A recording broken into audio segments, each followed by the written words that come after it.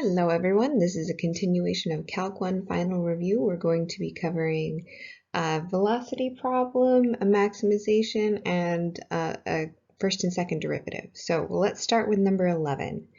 We're given that a car rolls down a hill and its distance is in feet from its starting point given by this formula. So that's our position where t is seconds. So those are our units, feet and seconds. We're asked what's the velocity at 10 seconds? How can you tell that the car never stops? And what is the car's acceleration at 10 seconds? So let's start off with our position equation is s of t equals 1.5 t squared plus 4t. To get our velocity, we're going to take the first derivative. So the first derivative of our position equation, we'll take it piece by piece. We bring the 2 down and multiply that by 1.5, which gives us 3. T, just 1 t left over, plus 4, the derivative of 4t is just 4. And now to get acceleration. For our acceleration, we take the second derivative. We do one more time. So acceleration, s double prime of t equals the derivative of 3t is just 3, and 4 is a constant, so the derivative of that is 0. So what's the car's velocity at 10 seconds? And our units are going to be feet per second, just as a reminder. So we take 10 and put that in for t. So 3 times t, 3t plus 4 gives us our velocity.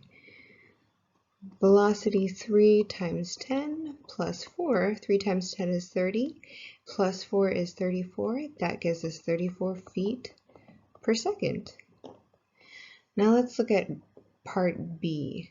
How can you tell that the car never stops? Well, it never stops because velocity is positive. And that's how we know. So the last part asks us, what's the acceleration at 10 seconds? So we're going to go to our formulas, position, velocity, and acceleration. Our acceleration is 3. So we know that it's 3 feet per second squared. All right, time for problem number 12. We're given a function, f of x equals ln of x over 2, or ln of x over x squared, and we're asked to determine the domain, asymptotes, intercepts, and then to use calculus to determine critical points, increasing, decreasing intervals, or relative extrema, and then if there are inflection points and concavity. So the first, let's start off with that. We've got our domain. We want to look at our function and say, when are we going to have a problem? ln of x over x squared. If we have 0 in the denominator, that's going to be a problem. So our domain is going to be 0 to positive infinity. Now the asymptotes are a little easier to find now that we found the domain, especially since we know that if x equals 0, that is going to be a problem. So our asymptote is y equals 0. Now the intercept, let's say, okay, it's not gonna intercept the y-axis because of the natural log function. But let's see when it will hit the x-axis. So 0 equals ln x over x squared. And we set it equal to 0 because the y is always 0 on the x-axis. Now we multiply each side by x squared times 0 is 0. 0 equals ln of x.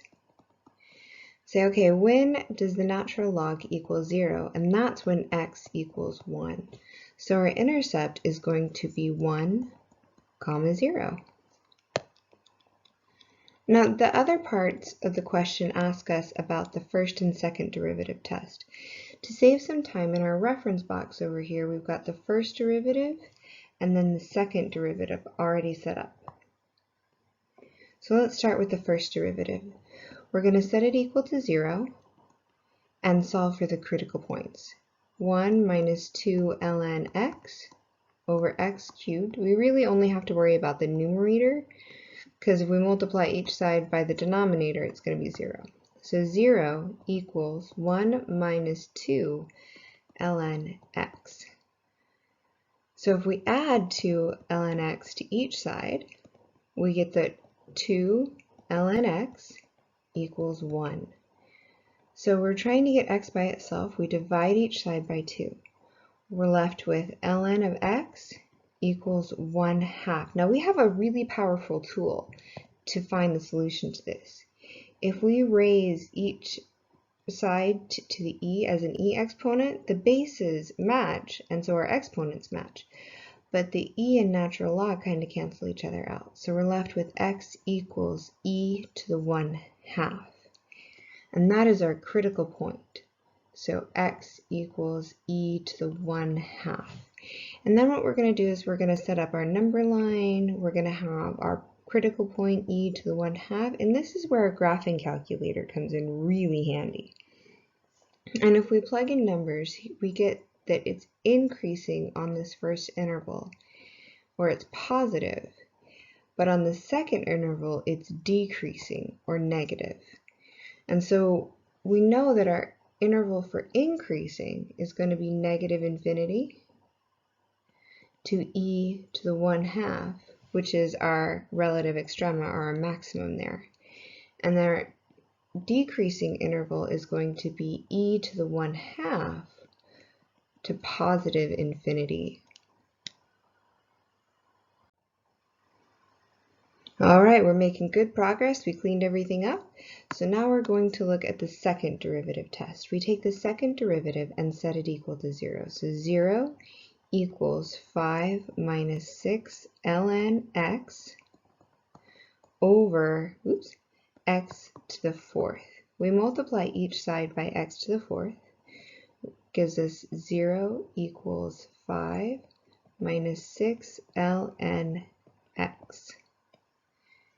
Now if we add 6 ln x to each side, we get that 6 ln x equals 5. We're getting pretty close. We divide each side by 6, and we're left with ln of x equals 5/6. We're going to do the same thing where we use the power of the e.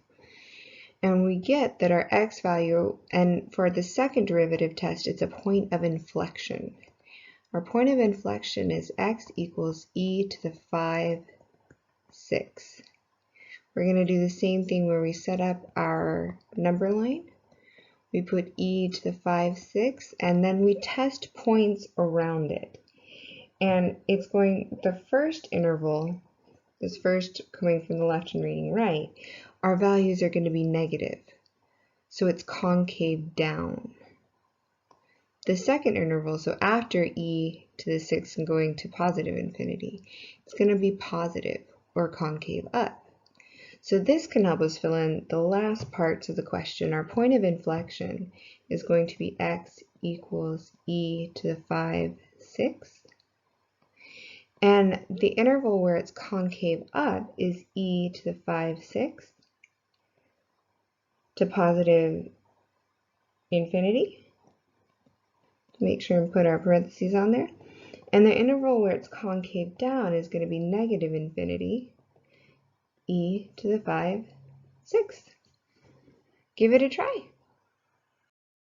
All right, on to problem 13. The problem reads, find two positive numbers whose product is 144 and whose sum is a minimum. Verify that your answer gives a minimum by using the first or second derivative test. Okay, so we know that the first derivative test is what gives us the minimum. And with the equations that were kind of given in the problem, we have x times y equals 144. And then we have that the sum of those, x plus y, and that's what we want to minimize. But right now we're in two variables and we really need it to be in one. So let's go ahead and go to our product equation, divide each side by x, and solve for y. We get that y equals 144 divided by x. This allows us to plug it into the sum equation, and now we're just going to be in one variable. So our new sum equation is that the sum equals x plus 144 over x, because that is our y. Now we take the first derivative. The first derivative of the sum equation, the derivative of x to the first is just 1. And to get the derivative of 144 over x, one helpful way is just changing the way that it looks a little bit.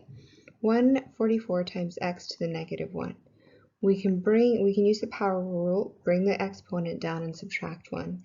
And this gives us negative 144 over x squared. And so we know it's 1 minus 144 over x squared. Now with the first derivative test, we set it equal to 0. So let's do that. 0 equals 1 minus 144 over x squared. Now we can add 144 over x squared to each side, giving us 144 over x squared equals 1. And we're pretty close to solving for x, so let's do that. We multiply each side by x squared, giving us x squared equals 144. From that, we just take the square root, giving us that x equals plus or minus 12. Now the problem says that two positive numbers, so we know that 12 is the positive number, but let's use the first derivative test to check that out. So we're going to make our number line. Let's do negative 12, positive 12, and the equation that we're going to be plugging it into is our first derivative.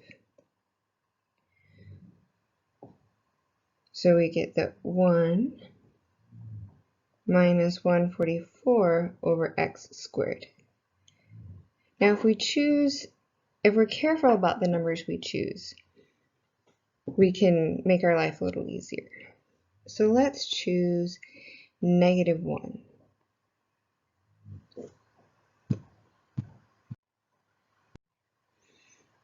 So let's choose negative 1.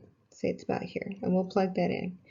We get 1 minus 144 negative 1 squared.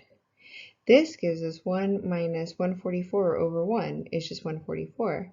And so 144 is much larger than 1, so we're going to be negative in this interval. So we're going down. Now let's choose something on the other side of our test. So let's choose 13. 1 minus 144 over 13 squared. Now we could plug this into a calculator and get an exact number, but let's just think about it for a second. This is going to be 144 over 169. That is less than 1. And so our number here is going to be positive, meaning that from the interval we switch from going down to going up, and that is a minimum.